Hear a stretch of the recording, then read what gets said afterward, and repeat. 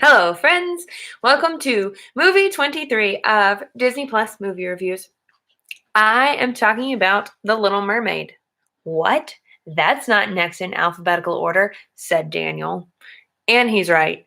But last night, my family did a virtual Mickey's Not So Scary Halloween party, which is normally in August or October, but it was fun. And my niece and parents dressed up as characters from The Little Mermaid. And when I was talking about Vanessa from The Little Mermaid, when, spoiler, Ursula is a person, he didn't really know what I was talking about. So he watched it today. And that's my movie because I had some thoughts about it. So, in the beginning, the transition from, there's going to be spoilers in this because you've probably seen The Little Mermaid by now. You probably know the story. If not, go watch it and then come back and I will share my thoughts with you. So, starts with Eric on the ship with the crew, and they're hanging out and singing, and his dude gets sick, and his face is very green, and his hands are very white. But anyway, then there's a fish that jumps, and then it swims down, and it's a very good transition. It's just very smooth because we go with the fish. There's also a pretty fish section swimming by that we like to use for other things because I've seen it a lot before. Probably on the bajillion aerial attractions. I was talking to Daniel about that during the movie because at Disney World, we have Under the Sea, Journey of the Little Mermaid, the ride, Ariel's Grotto, where you meet Ariel, Voyage of the Little Mermaid, the show, and She's in Mickey's PhilharMagic. A quality attraction if you have not been on it. I used to work there. It was a good time. So she's in a lot of things. She might be in the most things other than like Mickey Who's Everywhere, but he's still not popping up in attractions as much as Ariel does. So that's interesting. So this movie came out in 1989. Oh, pretty good. Ariel's animation is not the most consistent. Like her face shape changes a couple times and her skin tone kind of shifts a few times. There's one point where she's up on a rock and she's super pale, and then she's still pale but not as pale, but it's not like there was a lighting change. She just kind of changed color. So that was interesting. Flotsam and Jetsam are Ursula's scary little henchman dude. People, eels. And they're pretty scary. And Ursula's pretty scary. Like, I don't think of The Little Mermaid and go, man, that sure is frightening. But if I was a kid, pretty scary. I don't think I was scared as a kid, but now I think I would be.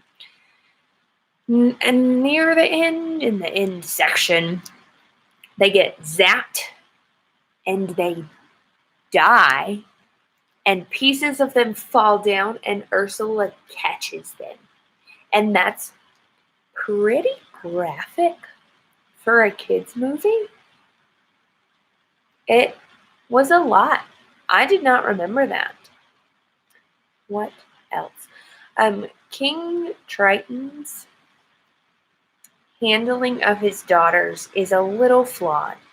I know that he is a single king merparent, and he faces a lot of obstacles, but he's also been a single king parent for a while, and hopefully he would get some guidance in how to raise 7 mer girls. And the fact that he thought it was a good idea to destroy everything that Ariel cared about means that he has not had to interact with his other daughters that much in discipline issues, because had my parents destroyed the things I loved, I would not want to talk to them either. Thankfully, that is not how they handle things. But, like, if that's what your daughter cares about, destroying it does not work. Not an effective strategy, in case you were wondering. Doesn't work. So, I can understand then why Ariel, don't trade your voice and your life to a sea witch. But I understand where 16-year-old Ariel was coming from. Daniel thinks that Ariel was very believable as a 16-year-old girl. Yeah. She was. Like, she's a little dramatic, but Aren't we all? Also, I've read where people say that Ariel traded her life and her fin and everything for a boy. And I don't agree with that. Like, yes, that is technically what happened, but Ariel is obsessed with the human world. Obsessed isn't the right word.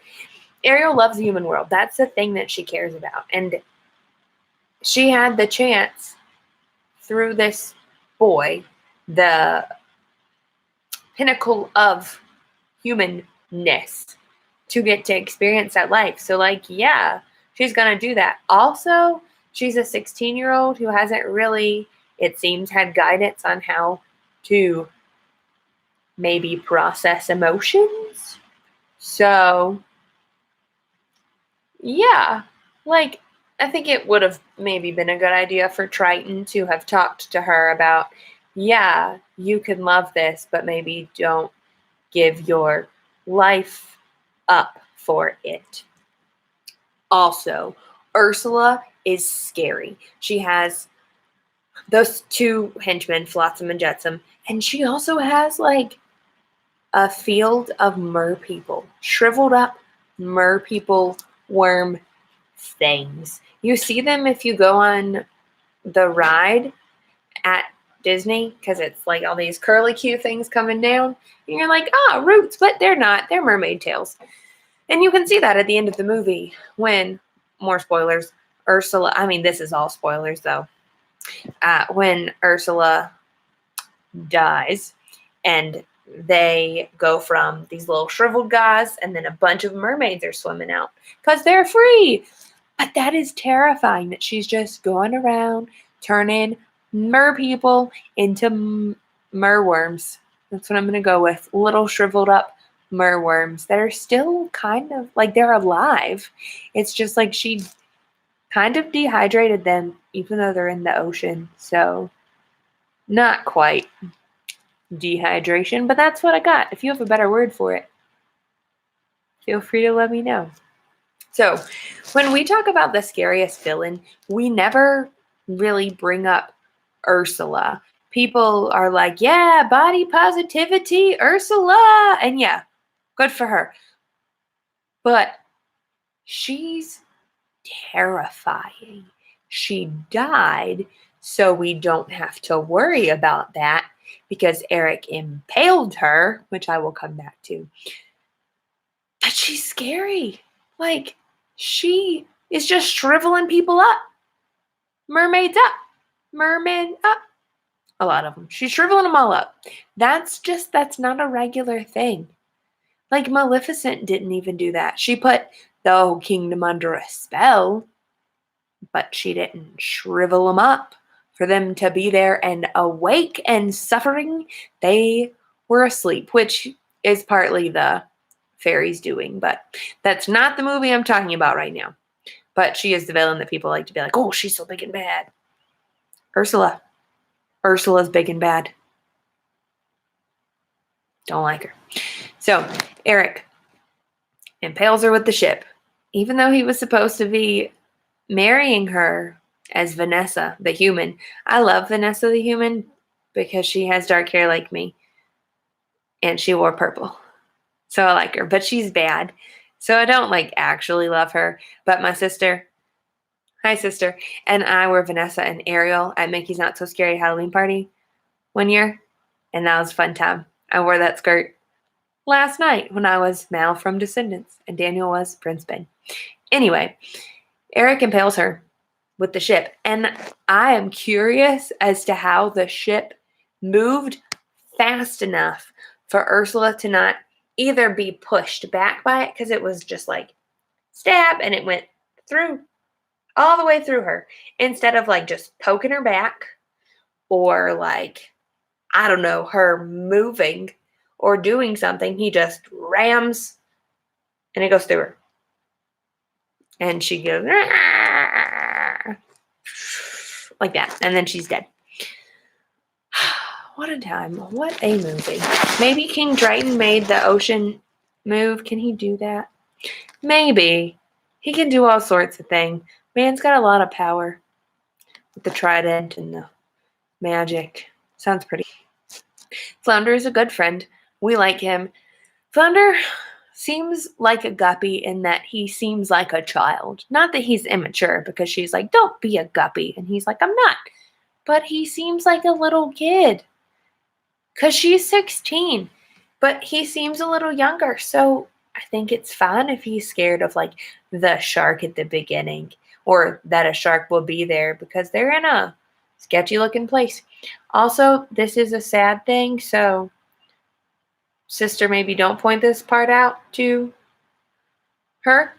But when the shark is chasing them, sharks have to keep moving to breathe. Like, they have to have water passing over their gills so that they can live and not die.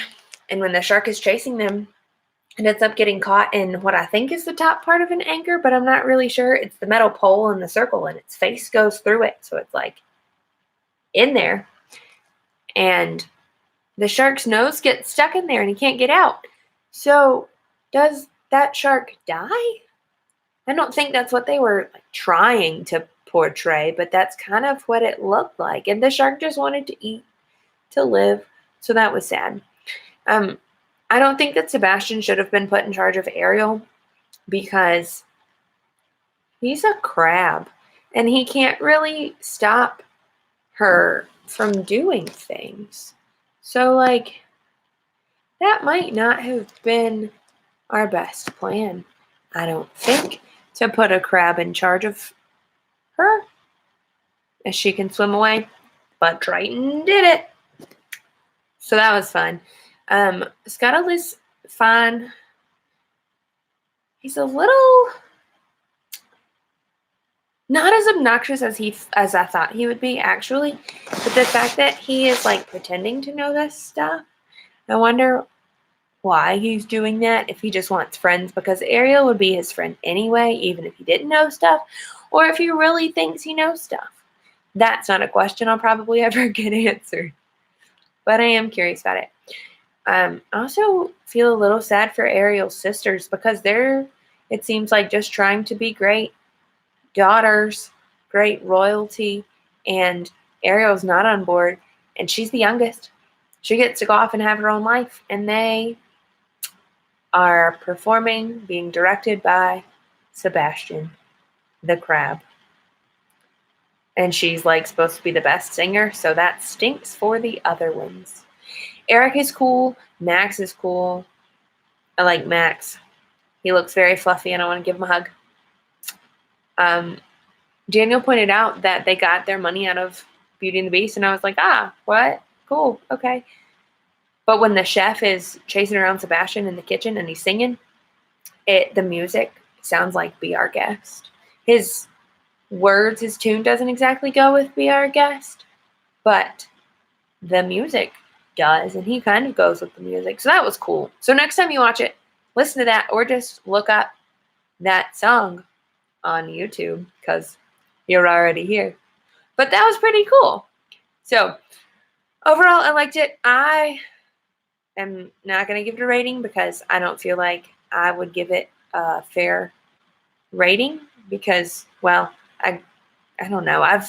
This movie has existed for a while. A lot of these have, but I think I've seen it more than any of the other ones, and I watched the TV show, but it was good.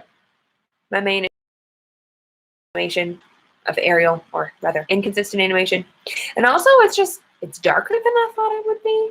Like, some parts visually, but also thematically. But Ariel is a fun character. I appreciate that she sticks to what she loves. It is not ideal that she her dad, but it is a teenager thing, and at least it was not something like shark jockeying. I don't even know what that would be.